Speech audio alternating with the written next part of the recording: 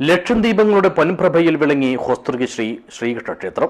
പ്രതിഷ്ഠാദിന ഉത്സവത്തിന്റെ ഭാഗമായാണ് ഇവിടെ അനേകം ഭക്തജനങ്ങളുടെ പങ്കാളിത്തത്തോടെ സവിശേഷ ആരാധനയായ ലക്ഷദ്വീപ സമർപ്പണം നടത്തിയത്.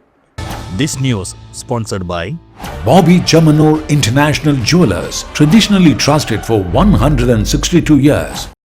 സർവം പ്രഭാമയമായ അന്തരീക്ഷത്തിൽ കണ്ണിനും മനസ്സിനും ഭക്തിയുടെ പരമാനന്ദം പകർന്നു നൽകിക്കൊണ്ടാണ് ഹോസ്തൃകി ശ്രീകൃഷ്ണ ക്ഷേത്രത്തിൽ ലക്ഷദ്വീപ സമർപ്പണത്തിൻ്റെ ഓരോ നിമിഷങ്ങളും കടന്നുപോയത്.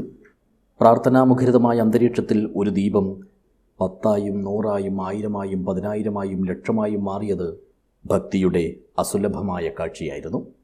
ക്ഷേത്രത്തിൻ്റെ ശ്രീകോവിലിലും ചുറ്റമ്പലത്തിലും മുൻഭാഗത്തുള്ള റോഡിൻ്റെ ഇരുവശങ്ങളിലും പ്രത്യേകം ക്രമീകരിച്ചു വെച്ച മൺചിരാതുകളിലാണ് ഒരേ സമയം ലക്ഷദ്വീപങ്ങൾ തെളിഞ്ഞത്. ക്ഷേത്രം തന്ത്രി പത്മനാഭ പട്ടേരിയുടെ മുഖ്യ കാർമ്മികത്വത്തിലായിരുന്നു സവിശേഷമായ ആരാധന. സന്ധ്യാനേരത്ത് ക്ഷേത്രം മേൽശാന്തി ഉണ്ണികൃഷ്ണൻ നമ്പൂതിരി ശ്രീകോവിലിലെ പ്രത്യേക പൂജയ്ക്ക് ശേഷം ആദ്യ തിരി തെളിയിച്ചു.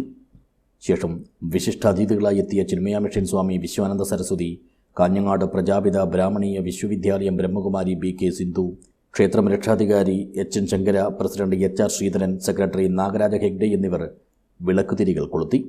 തുടർന്ന് ക്ഷേത്രം സേവാസമിതി പ്രവർത്തകർ, മഹിളാ സമിതി പ്രവർത്തകർ, നാനാഭാഗങ്ങളിൽ നിന്നായി എത്തിയ ഭക്തജനങ്ങൾ എന്നിവരെല്ലാം ദീപക്കോലുകളുമേന്തി ലക്ഷദ്വീപ സമർപ്പണത്തിൽ പങ്കാളികളായി.